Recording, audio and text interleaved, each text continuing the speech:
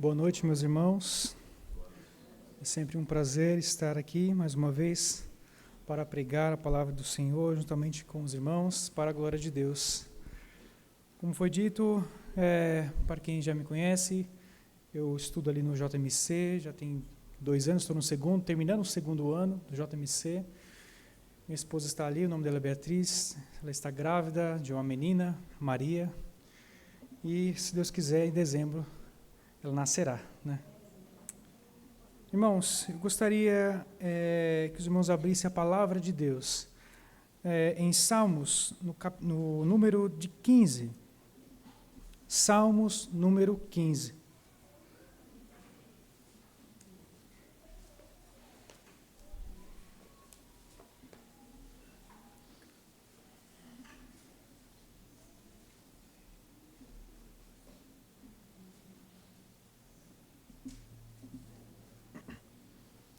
Salmo de número 15, diz assim: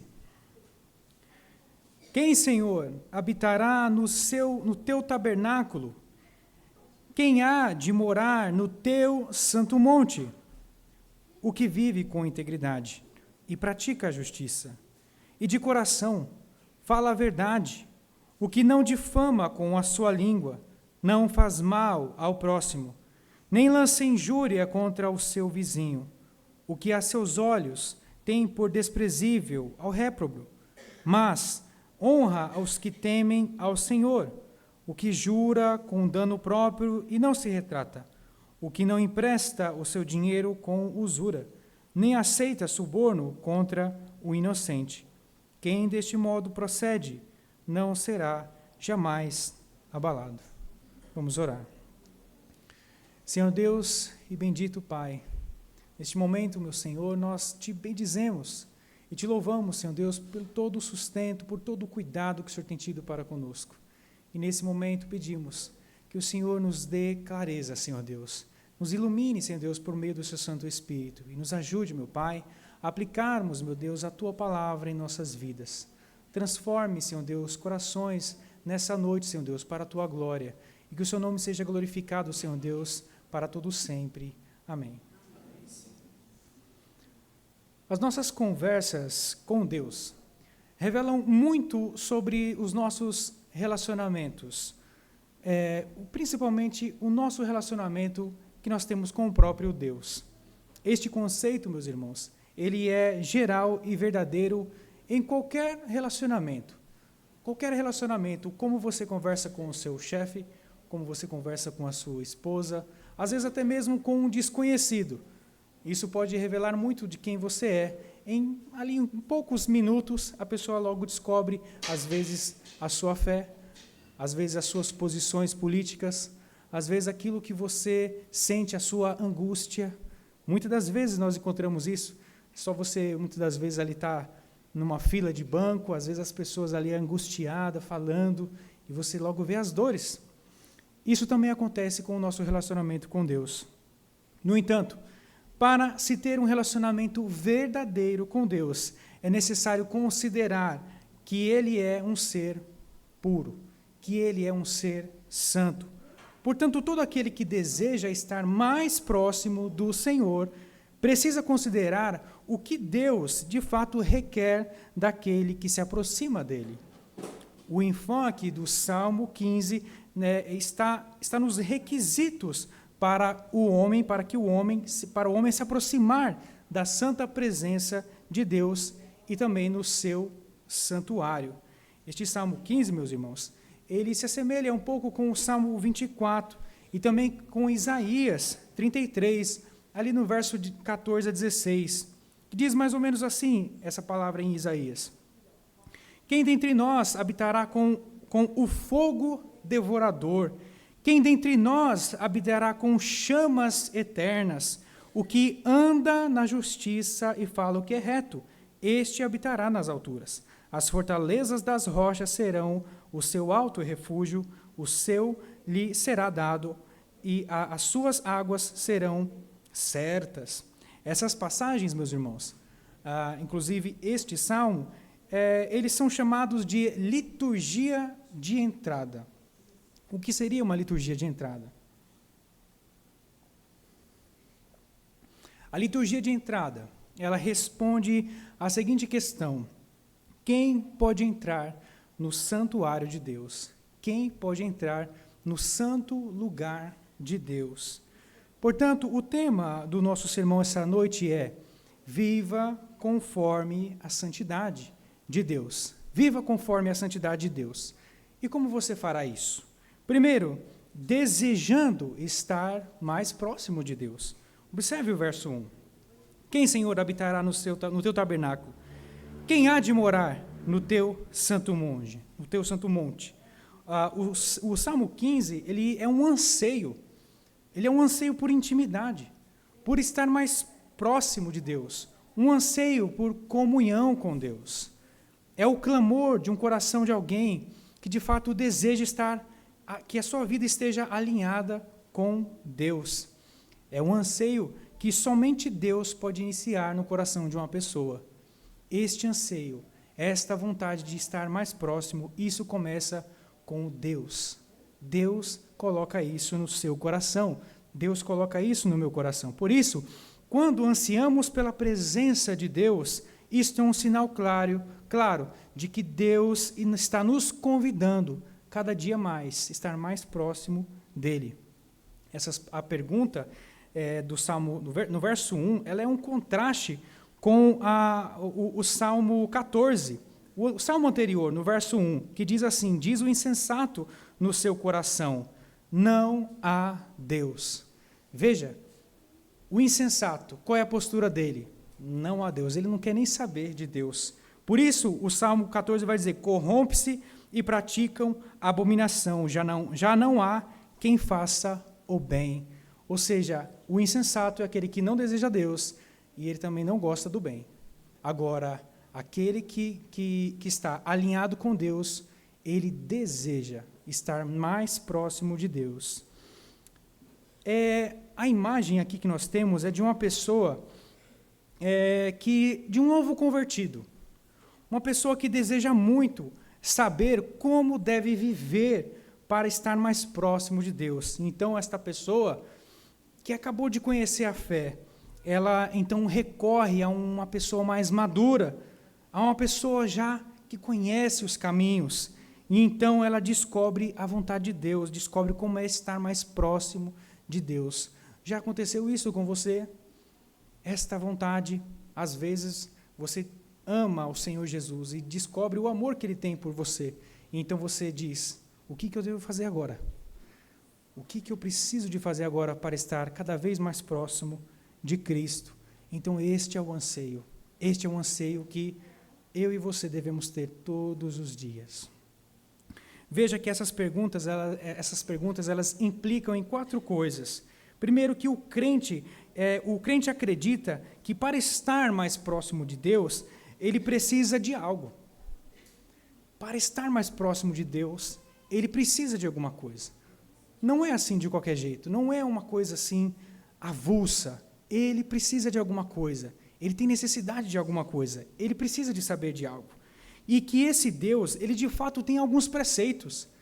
Esse Deus não é um Deus do tipo assim que você pode falar o que você quiser diante dele, que você pode fazer o que você quiser diante dele. Então, o verdadeiro crente sabe que esse Deus, ele tem preceitos, ele é santo, e que para estar mais próximo de Deus, ele deve buscar esta vontade. Ele deve buscar.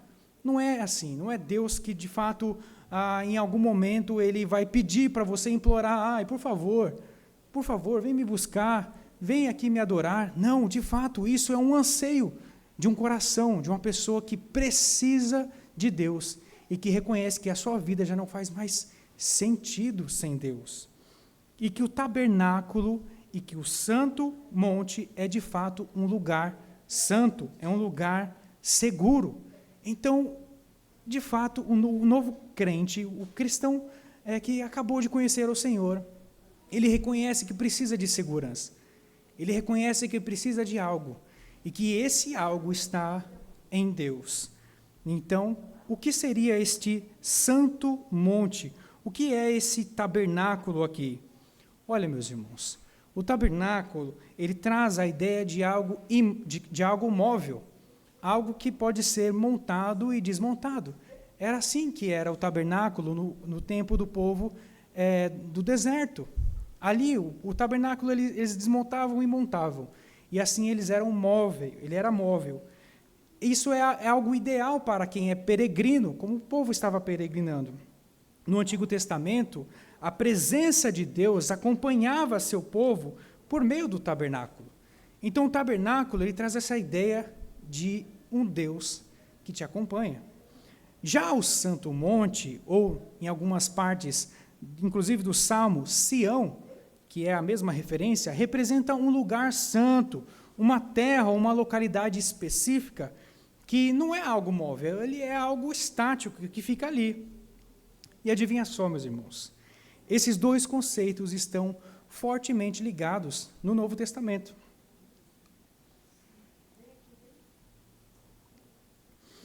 Jesus é aquele que tabernaculou com o seu povo.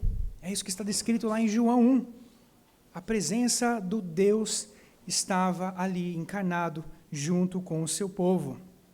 E Ele está conosco em qualquer lugar que formos, por meio do seu Santo Espírito. É isso que nós encontramos em João, capítulo 14, e também lá em Mateus 28, quando ele diz, olha, eu não vou abandonar vocês, eu sempre estarei convosco. E também Jesus é o lugar ou o local mais espiritual e mais poderoso e também mais seguro do mundo. Observe em João capítulo 15, nos versos 4 a 5.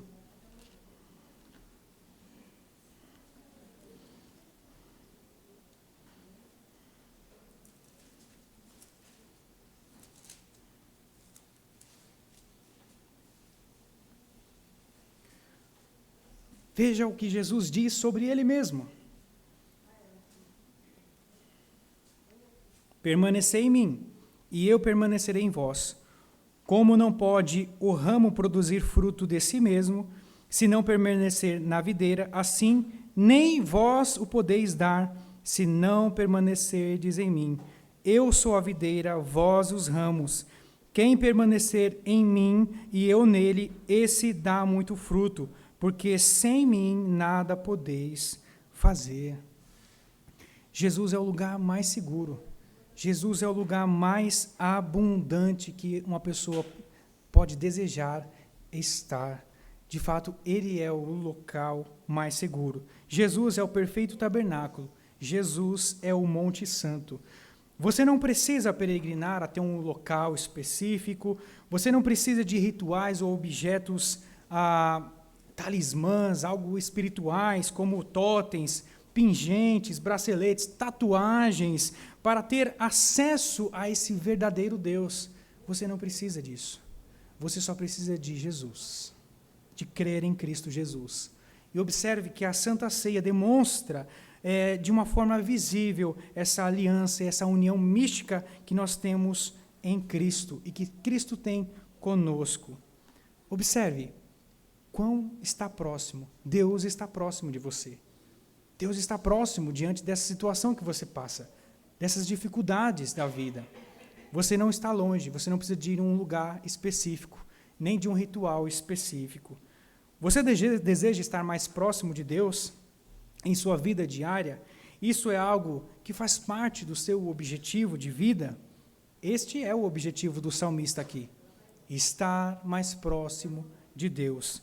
Olha, muitas pessoas elas se esforçam para serem reconhecidas diante de seus chefes, diante, às vezes, dos seus professores. Às vezes gastam madrugadas e mais madrugadas estudando para ter títulos, mas isso de nada valerá se você não buscar primeiramente o Senhor. É isso que Paulo vai dizer lá em Colossenses capítulo 3. Pensai nas coisas lá do alto, não nas que são aqui da terra, porque morreste e a vossa vida está oculta juntamente com Cristo. Será que essa é a tua grande expectativa? Se pergunte nesta noite.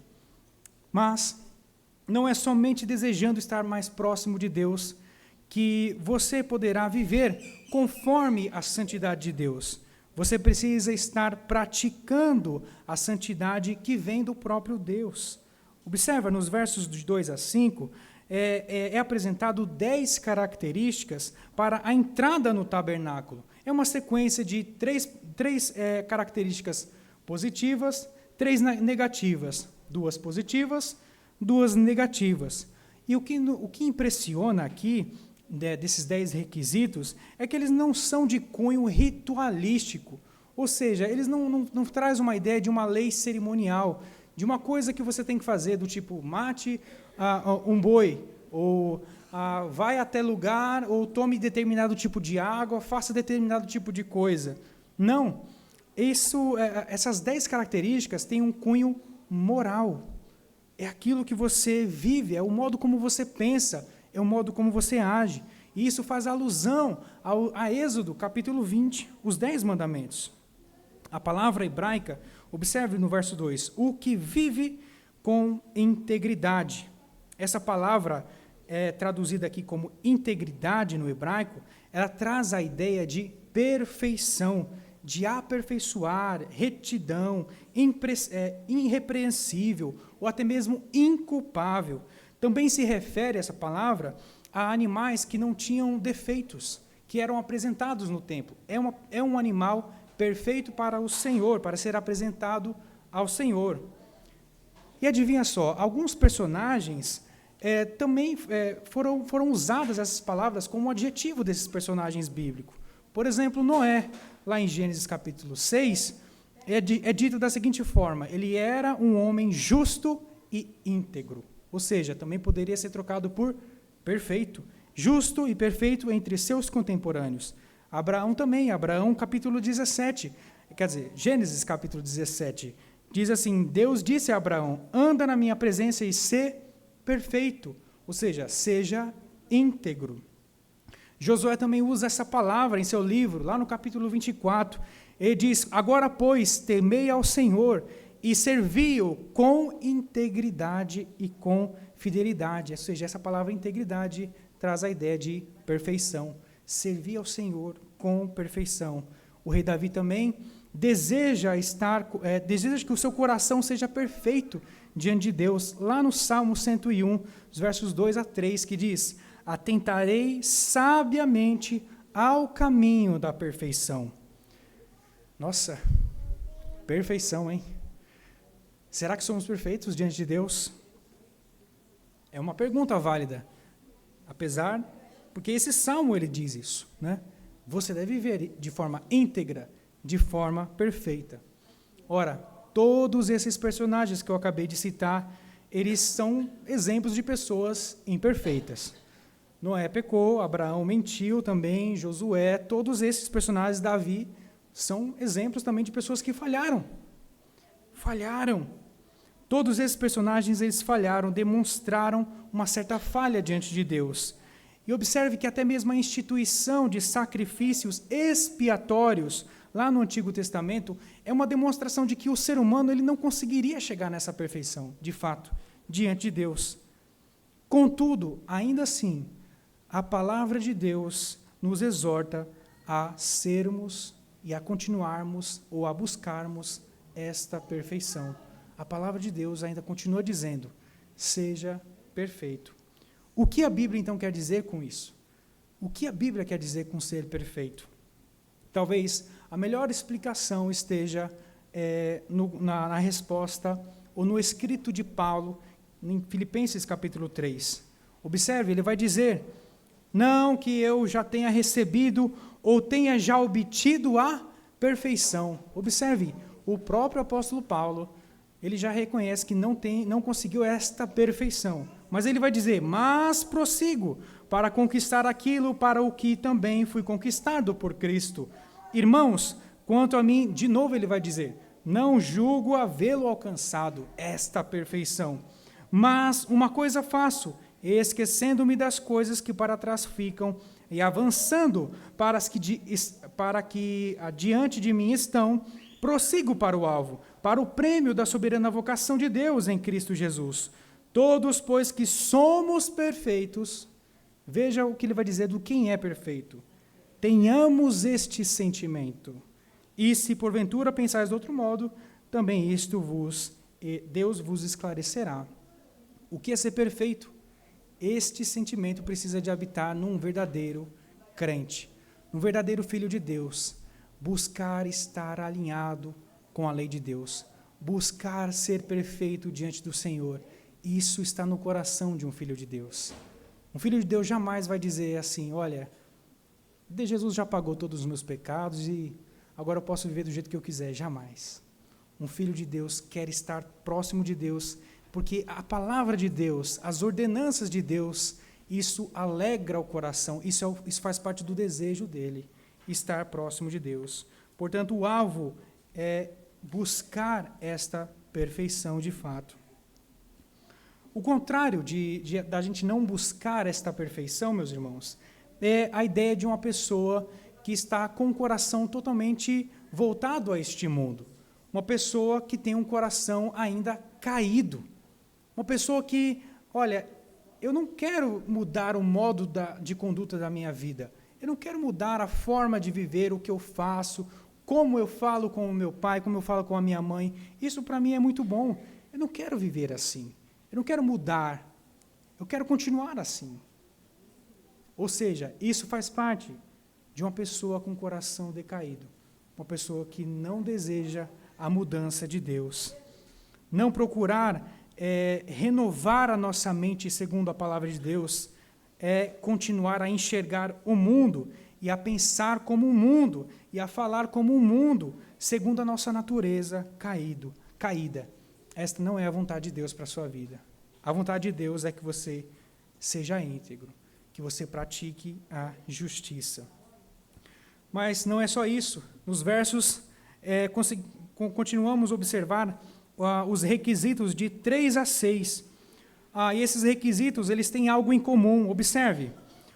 E de coração fala a verdade, o que não difama com a sua língua, não faz mal ao próximo, nem lança injúria contra o seu vizinho. Quais são o algo em comum que está aqui? É a fala, né? É como eu e você tratamos uns aos outros com nossas palavras.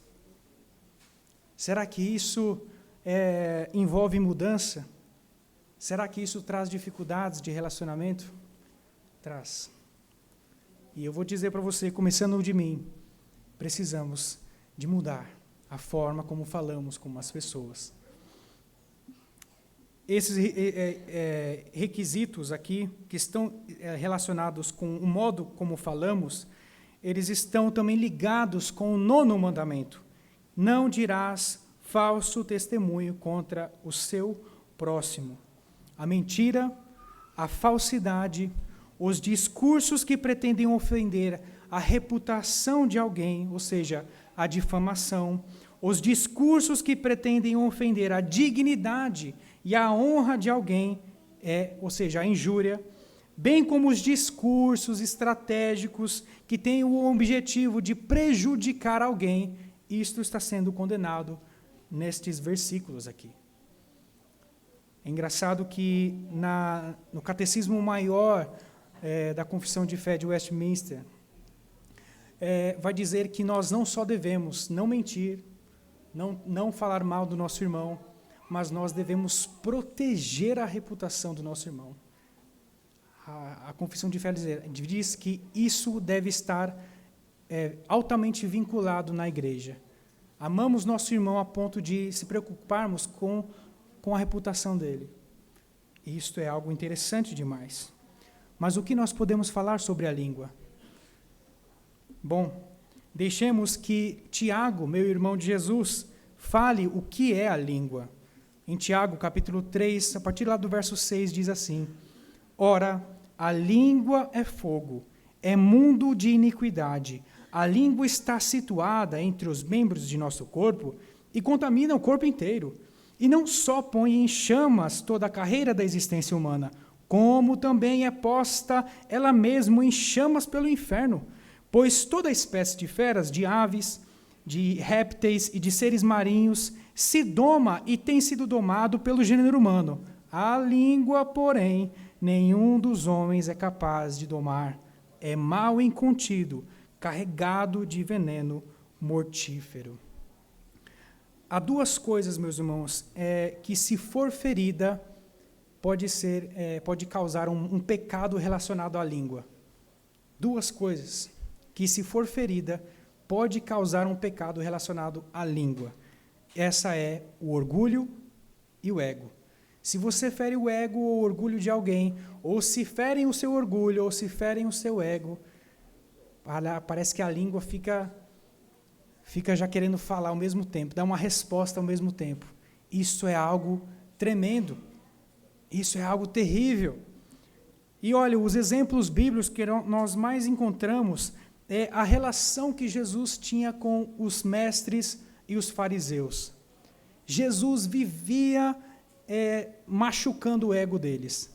Jesus vivia diminuindo o orgulho deles. Observe em Mateus 23, nos versos 3, ele vai dizer bem assim: ai de vós, escribas e fariseus, hipócritas, porque fechais o reino dos céus diante dos homens, pois vós não entrais, nem deixar entrar os que estão entrando. Ai de vós, escribas e fariseus, hipócritas, porque devorais as casas das viúvas, e para o justificar, fazeis longas orações, por isso sofrereis juízo muito mais severo. E se você olhar esse capítulo, ainda mais Jesus vai falar um monte de outras coisas a respeito dos fariseus. O que isso machucava? Por que isso machucava o ego e o orgulho dos fariseus e dos mestres daquela época? Porque eles consideravam ser a luz de Jerusalém. Os mestres se consideravam ser a luz de Jerusalém. Eles não se achavam pessoas ruins. Eles se achavam pessoas importantes. O povo precisa da gente. Nós somos os intérpretes da lei. Eles precisam de nós. Nós é que guiamos o povo. E aí Jesus vai dizer que eles são cegos. Como assim esse homem está nos chamando de cegos? Né? Eles criaram uma expectativa a respeito de Cristo. E eles queriam que Cristo fosse exatamente aquilo que eles ensinavam para as pessoas. Mas Cristo frustrou essas expectativas. E ainda condenou sistematicamente várias práticas dele e vários pensamentos teológicos deles. Jesus condenou. O Salmo 15, ele nos ensina a usarmos a nossa língua para o bem das pessoas. Por isso, a gente deve fazer algum movimento. A gente precisa de fazer um movimento para usarmos nossa língua para o bem. Por exemplo, quando uma pessoa falar algo a respeito de você, ou você ouvir falar algo que tal pessoa falou mal de você, você precisa de fazer um movimento do tipo: por que tal pessoa falou isso ou aquilo a meu respeito? Será que ela passa por problemas? Será que ela tem por dificuldades? O que será que está acontecendo? O que ela pensa de mim? Será que ela pensa que eu estou ofendendo ela? Será que ela pensa que eu estou querendo destruir ela? Você precisa de pensar no próximo primeiro, antes de falar. Como eu posso falar e de que maneira eu posso falar para edificar esta pessoa, para abençoar esta pessoa? Em outras palavras, meus irmãos, como é que eu posso amar o meu próximo com as minhas palavras? Você precisa de fazer esse movimento antes de falar, porque senão a sua língua, ela será aquilo que o Tiago disse, indomável. Vai sair, você nem vai perceber que saiu. Se você não fizer esse movimento, tudo o que irá sair da sua boca mostrará, meus irmãos, muitas das vezes o seu ego, o seu orgulho e toda a sua raiva. Então, como você tem tratado, por exemplo, a sua esposa? Como você tem tratado o seu esposo, os seus filhos, quando estes frustram as suas expectativas? Quando estes frustram o seu ego, o seu orgulho? Como você lida com as críticas negativas? Ou como você faz quando está errado? Será que você mente para não se passar de errado? Será que você recorre a todo tipo de artimanha para escapar de uma punição? Será que você deprecia as pessoas para se proteger ou para proteger a sua reputação? Tudo isso aqui que eu acabei de mencionar os fariseus fizeram. Eles usaram todas essas artimanhas para proteger a sua reputação. E eles fizeram questão de usar ali o poder político para matar Cristo Jesus. Os dois próximos requisitos, eles estão relacionados com o nosso compromisso com as pessoas justas, ou como a gente enxerga as dificuldades ou as coisas que são condenáveis por Deus. Observe, lá diz assim: tem por desprezível ao réprobo, mas honra os que temem ao Senhor. Meus irmãos, a palavra aqui no hebraico, o réprobo, ela significa algo rejeitado, aborrecível, algo que é totalmente desprezível por Deus. É algo repulsível. A pergunta que a gente tem que fazer é: por que uma pessoa escolhe, ou ela também escolhe olhar com bons olhos e também se associar a algo que é claramente desprezível por Deus? Todo mundo vê que é desprezível. Todo mundo vê claramente que é errado diante de Deus. Mas por que tais pessoas ainda assim, elas preferem se associar ou olhar com bons olhos esses tipos de práticas que são desprezíveis? Muitas vezes, isso acontece porque as pessoas acreditam que esta associação é compensatória, ou seja, vale a pena. No final, isso vale a pena. O povo de Israel fazia isso frequentemente. Eles se associavam e faziam aliança com os seus vizinhos, as grandes nações, mas isso custava a aliança que eles tinham com Deus. O povo tinha que adorar os outros deuses e integrar práticas pagãs à vida deles. Isso era algo comum, mas na cabeça deles, isso era compensador, compensava. Por quê? Porque nós teremos uma economia muito mais elevada, nosso comércio vai aumentar e teremos também mais segurança. Esse povo, que a gente está fazendo aliança, ele é muito maior que nós. Então, eles irão nos proteger quando inimigos estiverem ao nosso redor. Isso é se associar ao réprobo. Isso é se associar ao réprobo. No século XIX a 20, meus irmãos, o cristianismo estava passando por grandes dificuldades, por grandes críticas na sociedade. A academia científica, ela desprezava e zombava da fé cristã. E o curso de teologia nas faculdades, nas universidades, já estava começando a ficar extinto, estava para morrer. Então, alguns teólogos e pastores disseram o seguinte: vamos salvar o cristianismo. Como nós iremos salvar o cristianismo? Vamos fazer o seguinte: vamos abordar o criticismo e o ceticismo da academia à Bíblia. Então nós iremos rejeitar tudo aquilo que é milagre, tudo aquilo que é sobrenatural, para que eles não possam criticar muito a gente, sabe? Porque, afinal de contas, a fé a gente não vai conseguir salvar, mas pelo menos o aspecto ético a gente salva. Ou seja, era isso que eles pensavam. O cristianismo ele só serve para aspectos éticos. O sobrenatural não. O sobrenatural, a fé, isso aí a gente pode rejeitar. E aí foi onde nasceu o liberalismo teológico, que matou muitas igrejas e matou muitos seminários, até os dias de hoje. Então, você acha que... E qual é o problema disso? O problema é que isso é se associar ao réprobo. É associar aquilo que é claramente desprezível a Deus. Algo que Deus odeia e você está achando, olhando com bons olhos, você está flertando com isso e você se associa a isso.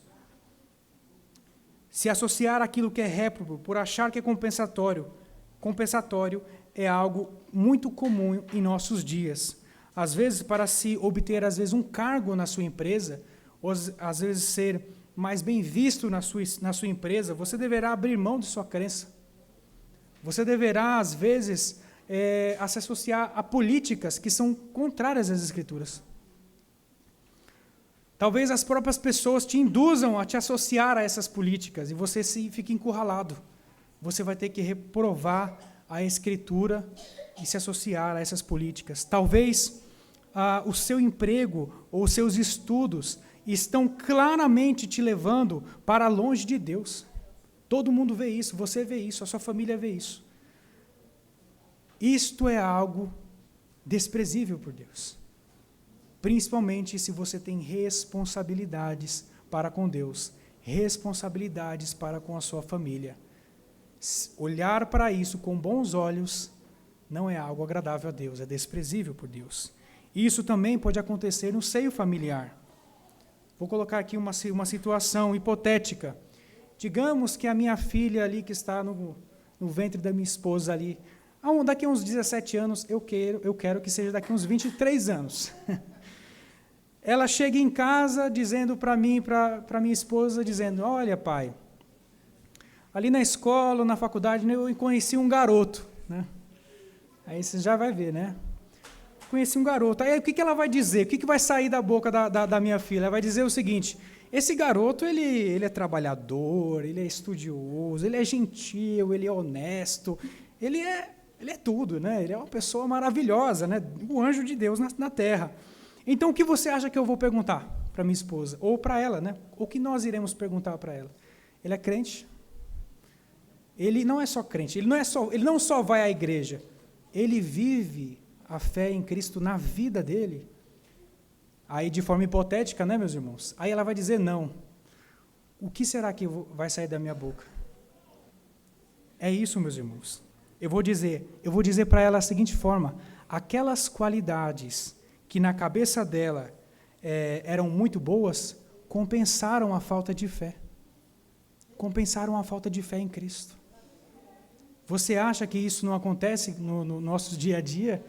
Isso acontece com frequência. A falta de fé, as qualidades exteriores ali, compensam a falta de fé em Cristo Jesus. As pessoas estão fazendo isso constantemente. E o que é isso, meus irmãos? É se associar ao réprobo. É se associar e ver com bons olhos aquilo que claramente Deus despreza. Nenhuma qualidade do mundo pode compensar ou valer mais do que a verdadeira fé em Cristo. Nenhuma qualidade mundana pode compensar o abandono da lei de Deus. Cristo deve ser tudo para nós. Cristo é a nossa vida. É isso que Paulo vai dizer. Portanto, para mim o viver é Cristo e o morrer é lucro.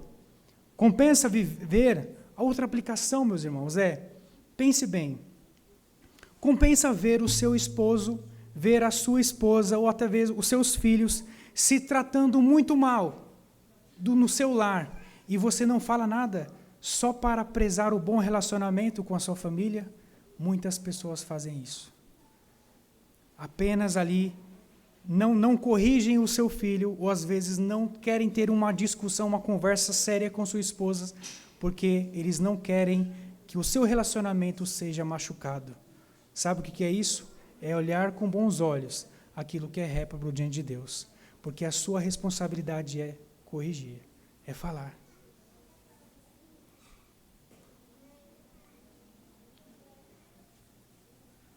Não deixe a justiça de Deus para fora do seu lar. Não deixe, porque isso vai trazer consequências amargas para a sua vida, para a vida do seu lar. O 8º preceito, meus irmãos, aborda a questão de ser fiel às nossas declarações ou nossos contratos. E isso, meus irmãos, está relacionado à ideia de contratos e funções sociais, né? Na nossa atualidade está relacionado a isso. Ou seja, como é que eu e você agimos diante da sociedade como bons funcionários, como bons professores, como pessoas que de fato tem um compromisso com uma empresa, com um chefe, com um subordinado. Será que você é fiel a isso? Este é o 8º preceito, de fato ele traz essa ideia. E os últimos 2 requisitos, meus irmãos, tratam da questão sobre a ganância pelo dinheiro. Observe, diz assim, o que jura com dano próprio e não se retrata, o que não empresta o seu dinheiro com usura, nem aceita suborno contra o inocente. A ideia, meus irmãos, é deuteronômica. Ela proíbe a cobrança de juros para companheiros israelitas. Isso era uma lei entre o povo de Deus. O povo de Deus não poderia cobrar juros para o próprio povo ali, né? Mas isso a gente observa que não era realizado, não era observado já ali na época de Salomão. O povo, eles cobravam juros de seus irmãos. E houve uma situação lá em Neemias, capítulo 5, em que Neemias teve que chamar os ricos de Jerusalém e dizer, olha, vocês estão escravizando o nosso povo, os nossos próprios irmãos. Sabe o que é isso, meus irmãos? Sabe qual é que é a ideia de ganância aqui? É a pessoa que ama tanto o dinheiro que ela é capaz de se aproveitar de uma situação terrível de uma pessoa, ou seja, de uma situação em que ela está necessitada, de uma situação em que ela está desprovida, ela está precisando, carente de algo, e então você ali se aproveita dessa situação para lucrar. É a mesma ideia do suborno. O suborno, o que é o suborno? O suborno, ele sacrifica a justiça pelo amor ao dinheiro. Pode ser justo, pode até ser que você tenha que fazer algo terrível, mas você ama tanto o dinheiro que você vai fazer. Sabe por quê? Porque você ama mais o dinheiro do que a justiça. Esta é a ideia do suborno. É por isso que muitas das vezes nós sofremos com a política aqui no Brasil, infelizmente, com tanta corrupção. Um país que tem quantidades absurdas de corrupção. Isso faz o povo sofrer. Por quê? O amor ao dinheiro, ele sacrifica a justiça.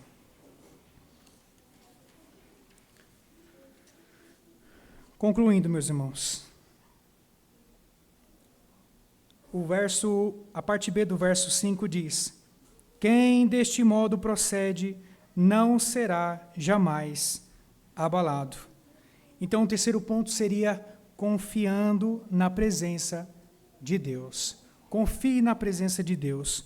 No final, o salmista está resumindo essa troca de perguntas e respostas com uma avaliação confiante. Ele quer que nós imitemos esses requisitos. Ele quer que nós, de fato, pratiquemos isso. Essa parte do verso, ele aponta para duas coisas interessantes. Ele encoraja o ouvinte fiel a imitar o estilo de vida descrito para se qualificar a esta bênção diante de Deus, a estar mais próximo de Deus. E segundo, traz uma palavra que assegura àqueles que atendem os requisitos de Deus, a que sua confiança em Deus e buscar a Deus, ou ao buscar a Deus, ela não é vão. Ela, de fato, tem grandes benefícios. Por isso que ele vai dizer, não será jamais abalado. De fato, meus irmãos, Deus anseia que vivamos assim. Que vivamos uma vida justa diante da nossa sociedade, uma vida justa em nossa família, no nosso falar, no nosso proceder. Esta é a vontade de Deus. Mas eu digo para vocês, nada disso será, de fato, realizável se eu e você não estivermos em Cristo Jesus. Isso não será possível. Nenhum dos patriarcas que eu acabei de mencionar, eles realizaram isso com perfeição. Mas Cristo, de fato, é aquilo que nós falamos no início. Ele é o nosso tabernáculo, Ele é o Monte Santo, e nele nós temos toda a segurança possível. Com Ele e Ele em nós, podemos, de fato, produzir frutos agradáveis a Cristo.